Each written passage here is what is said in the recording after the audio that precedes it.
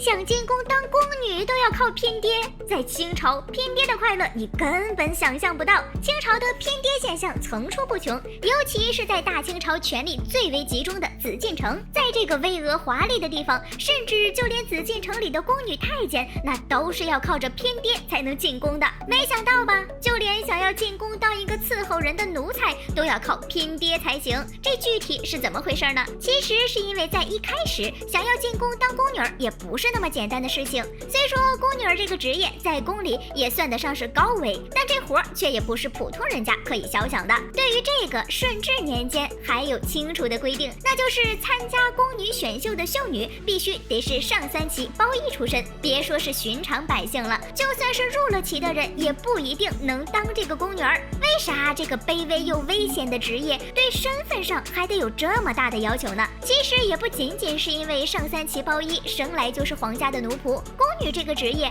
还能总结出一句话来，就是富贵险中求。因为当宫女不代表这一辈子就会一直是宫女儿，毕竟花心的皇帝老 baby 们有时候也会看上某位漂亮的宫女，很有可能这名宫女就从此升职加薪，还能顺利的走上后宫食物链的顶端呢。当年康熙皇帝的德妃那不就是最好的例子吗？所以说宫女这个行业虽然高危，但也是除了嫔妃之外最有可能出人头地的职业了。况且宫女这个职业要是混得好了，那可是宫里人人都要巴结的对象。这也难怪就连进宫当宫女都要依靠自家的背景了，这好处也确实是不少呀。不过真正背景强大的人开局绝对不会是一个小小的宫女，他们可能是皇帝嫔妃当中元老级别的存在，也有可能就是那位高高在上的一国之母。就拿顺治不好意来举例吧，他当年不也是因为对方的蒙古出身，所以不得不娶一位自己根本不爱的皇后吗？而且更可怕的是，顺治这个小可怜在真的废掉第一任皇后之后，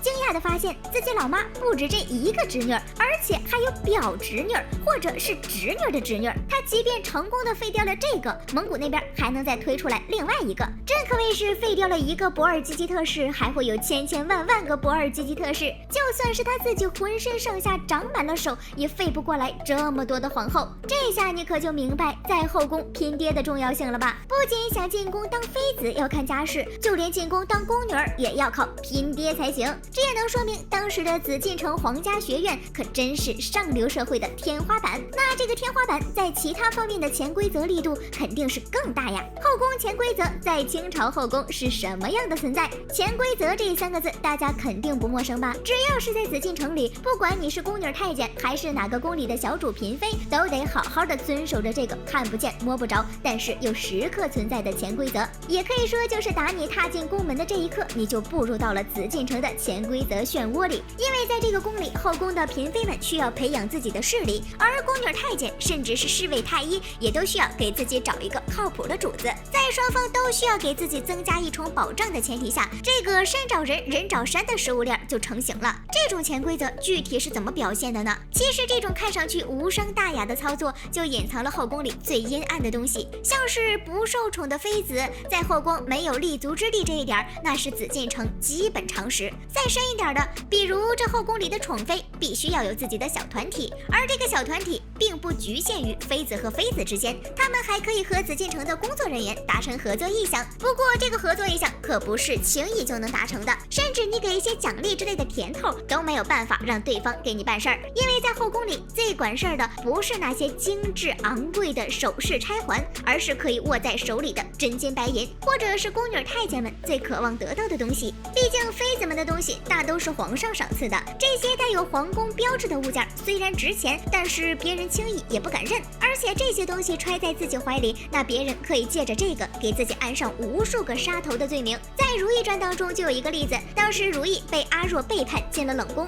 海兰去看她的时候，冷宫侍卫凌云彻说这个不合规矩，其实这明显就是在要好处。可随后如懿摘下头上的簪子递给他的时候，他却站在那儿没有拿，甚至还直白地问他有没有银子。凌云彻的表现其实就完美地体现出来在后宫最管用的是什么。还有后来如懿在凌云彻的提醒下帕，直到可以靠手帕之类的工艺品挣钱之后，就开始绣帕子，用这些东西呢换来的银子给自己换来干净的饭菜。而林云车本人也从买绣品的钱当中抽出一部分来，这些在剧中明明白白的体现出来的东西，其实都是在清朝真实存在的。甚至在这件事当中，阿若一开始的背叛也都跟后宫的潜规则有关。我们在前面提到，除去钱之外，还有一样可以驱使别人的东西，那就是利用这些人的欲望。宫女儿们想要得到的无非就那么几种：钱、名利、地位，或者是紫禁城最高统治者的宠爱。阿若背叛如意，不就是因为自己想和扎龙困觉吗？如意没办法让他达成所愿，他就悄咪咪的跟着别人混。《如懿传》中还有一个很真实的例子，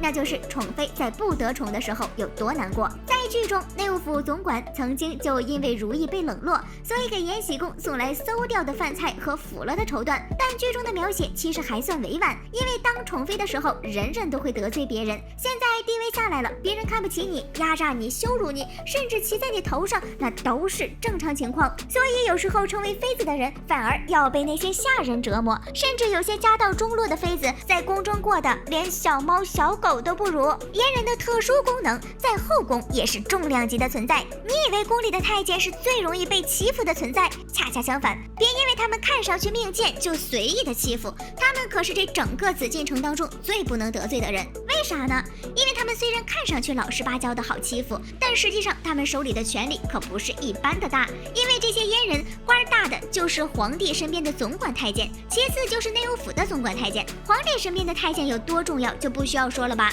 毕竟当初《如懿传》里的郎华为了巴结扎龙身边的太监，都能把自己的贴身侍女许配给他。后来如懿也是因为有了李煜这张大太监牌，所以才能够知道扎龙的一些事儿。而魏嫣婉也是因为和扎龙身边的太监靳忠勾搭上了，所以才能根据这位阉人的消息安排下一步的行动计划。甚至就连当初他可以从宫女爬上扎龙的床，也都是因为他和靳忠达成合作意向。在靳忠的帮助下，魏嫣婉才成功的当上了皇帝的女人。这就足以说明太监的存在本身就有一个特殊性，这不仅由于他们和侍卫不同，他们不算是真正的男性，所以皇帝会更愿意相信太监，还是因为皇帝们和太监相处的时间比和自己的妃子在一起的时间多了。人家要是真想搞掉哪位妃子，只需要吹吹耳边风就可以轻易完成，可以说呀是真一人之下万人之上的存在。至于内务府总管太监，那也是一个不好惹的存在，因为人家可以在你不受宠的时候悄无声息的让你殒命。